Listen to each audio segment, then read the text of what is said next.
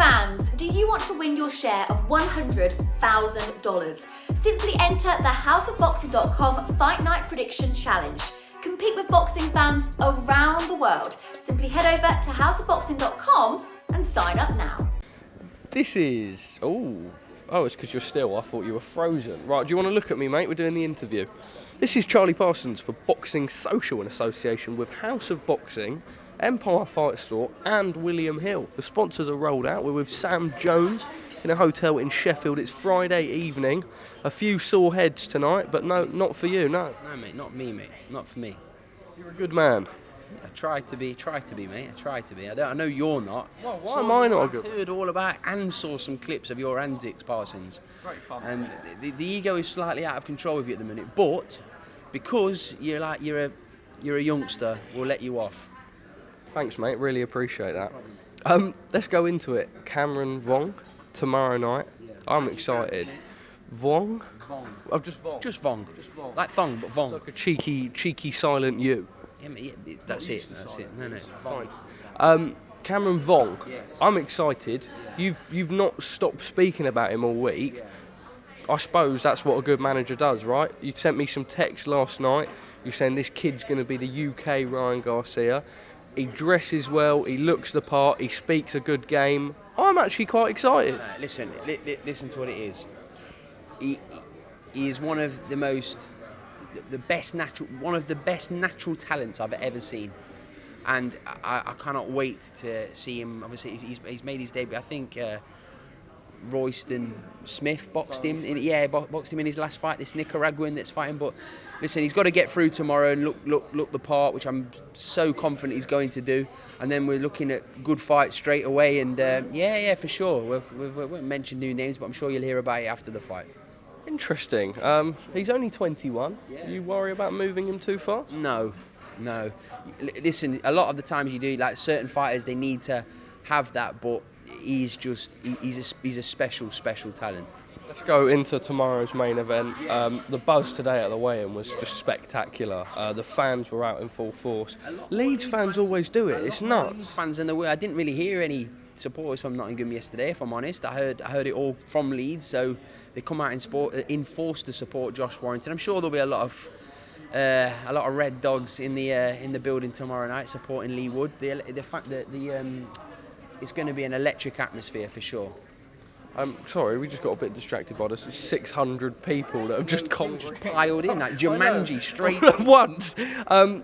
I've got a sort of, not a prediction as such, but Leigh I suppose both of them looking quite drawn out on the scales, in all honesty. We know it's Leigh's last fight of the weight. Yeah. We know that whoever wins probably vacates the belt anyway. They do vacate the belt. No one's fighting Komatov either, let's be honest. And that's not because either are scared of him. It's just because it's just financially a dead fight. So, And listen, both boys deserve that. They've both done enough in their careers now to make that kind of decision. Like Leigh Wood's only got a couple of fights left, probably Warrington as well, so let's see. I'm looking forward to it there, mate. Banger. You agree that Warrington's stock has risen in defeat? Obviously, that Luis Alberto Lopez fight, he started low, finished strong, and then Lopez's performance over Mick Conlon? Yeah, yes and no, really. I think that Warrington gets... Warrington gets a little bit disrespected people are saying, Leigh Wood's the massive favourite. I think it's a straight 50-50 fight. I really do. I think Warrington's achieved a hell of a lot in his career. I've backed him to lose twice in his career, and each time he won, and it's cost me a lot of money, so I'll never bet against Warrington ever again. I backed him to lose against Frampton and Lee Selby, and he did fantastic. There was probably, I think it's obvious they're his two career best performances. I think you're going to get, genuinely, I think you're going to get an absolute cracker tomorrow. I don't see how it can be a boring fight. I think Warrington's going to go to it, balls to the floor, first bell, and I think anything can happen. I can see ways. I usually would never sit on the fence, but I can see ways for both men to win. So, yeah, just looking forward to it. Who are you giving the eyeballs to like that? Shane Watson, Junaid and... Oh, right, okay. It is like Jumanji, this, isn't it? Everyone's bowling in. How are you, mate? Big fish. I don't know where we were. Leigh Wood, Josh Warrington. Actually, lastly, before I ask you about the world of boxing as a whole, I suppose just right for you to maybe speak about your new venture, the signings that you've got. I know we spoke about Cameron on this weekend. Okay, but I'm just being nice, so just okay, not a new venture, but it's now building momentum. Yeah, mate, I'm just building. I'm building for the future, Parsons, mate. Building for the future. I've got a lot of young fighters.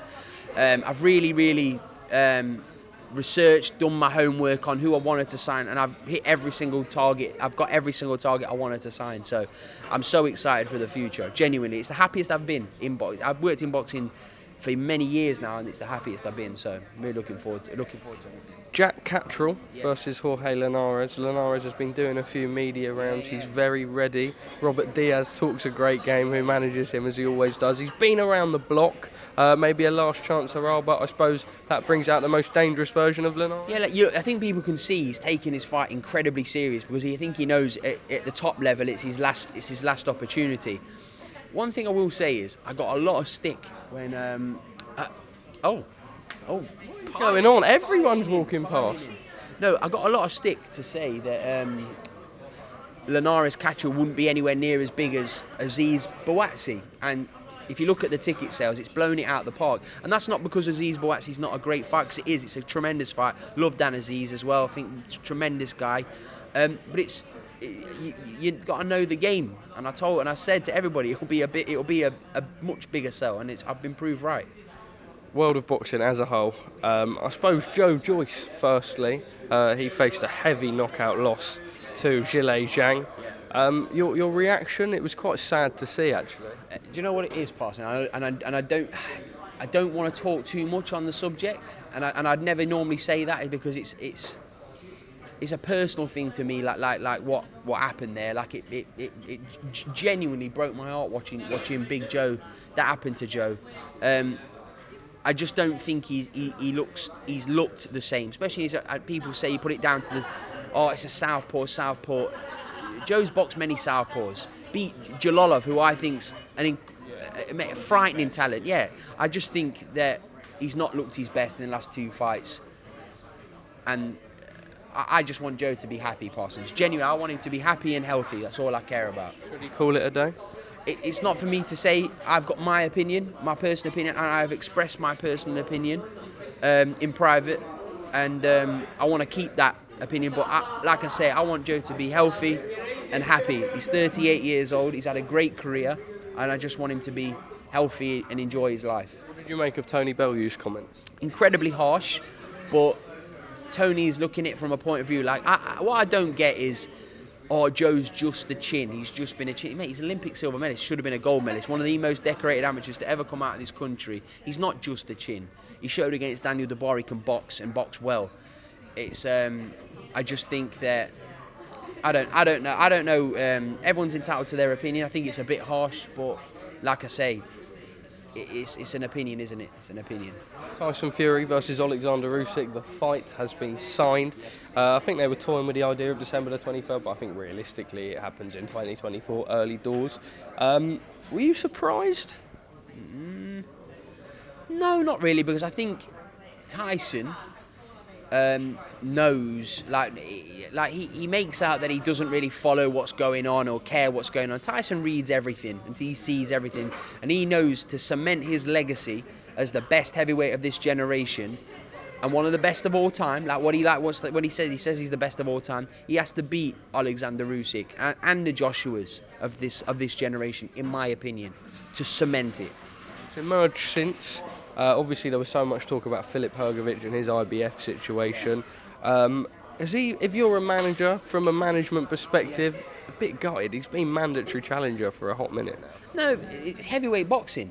Joe was WBA gold champion for a year, and that should have got him a title shot. It never did, never come to fruition. The heavyweight division, I just think there needs to be consistency in boxing, Parsons. I think that if you're going to do it in the featherweight division and call mandatories quick, you have to do the same thing in heavyweight boxing. Now, everyone wants to see an undisputed champion, but as soon as that fight's happened, I believe all the belts should just be fragmented, and the up and coming contenders should get a chance to become heavyweight champion, because let's be honest, Tyson Fury is never going to defend his belt against Martin Bakole or like, no, he isn't. He just isn't. Of course you went with that name first. No, listen.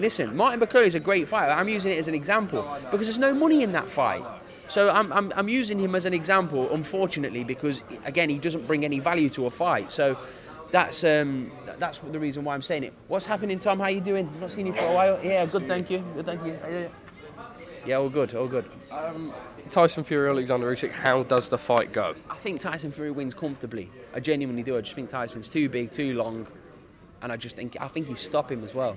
Do you think people are giving sort of more chance to Tyson Fury after what happened in that debacle? I've always said Tyson would win the fight, and I just think that Tyson's just too big, too awkward, and I think he's stop him. Now looks like Anthony Joshua versus Deontay Wilder may not happen. We know that there was the whole Saudi Arabia talk, but now Eddie and Frank are toying with the idea of doing that Hrgovic fight for the IBF title. Your thoughts? Yeah, great. It's a great fight. Listen, we want to see AJ against Wilder because it's one of the biggest fights in world boxing. But ultimately, if Joshua is aspirations to become a 3-time heavyweight champion, then that's the fight, isn't it? It's on paper, it's an easier fight. It's a bit of a less dangerous fight, but Hrgovic is thank you, mate. Bob the Builder.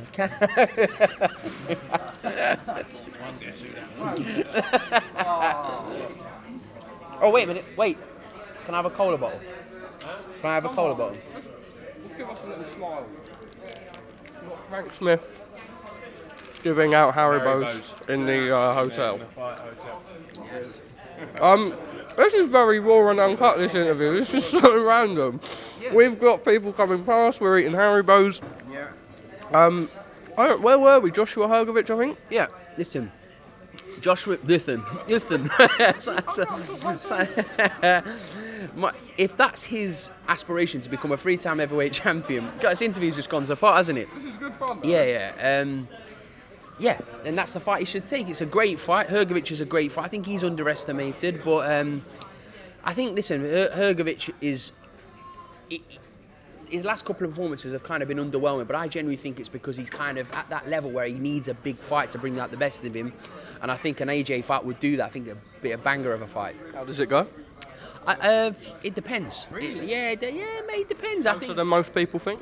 It's absolutely closer than most people think, because Joshua's been a bit underwhelming in his last few performances. Even against Linares, I know he won convincingly, but he's not looked spectacular like his old self. But Joshua should win that fight. Okay. Lastly from me, on that topic, Otto Wallin, I suppose we were talking about rankings and people being hard done by. Great win against Murat Gassiev out in Turkey on a show where it looked like he sort of had everything against him. He's now number 2 with the IBF. I don't know where Joshua is. Obviously, they're going to want to make that fight. He could end up being a little bit hard done by himself. Who did Otto Wallin fight? Sokolovsky. No, he just beat Murat Gassiev. No, he fought Sokolovsky, didn't he? Yeah. And Sokolovsky, that was a. I'm not saying he won the fight, but it was a competitive fight. Yeah, he gave Tyson Fury one of his hardest nights and beat Gassiev. Murat Gassiev's had load of shoulder operations. Don't change the fact he's number 2 in the IBF. It doesn't. But I'm just saying that I don't know. I think Joshua will whoop someone like Otto Wallin easy. Is there anything we should have discussed that we haven't? No, I don't think so. I think that pretty much covers it. You're off to the old Izzy as If's GBM show. I am indeed. Yeah, good. Unfortunate scenes for them. Obviously, the main event cancelled, but that's boxing, right? That is boxing. But Izzy's doing a good job, mate. So shout out Izzy as If. Shout out Izzy. Sam Jones, always a pleasure, my friend. And see you tomorrow. Take care, my friend. Looking forward to it.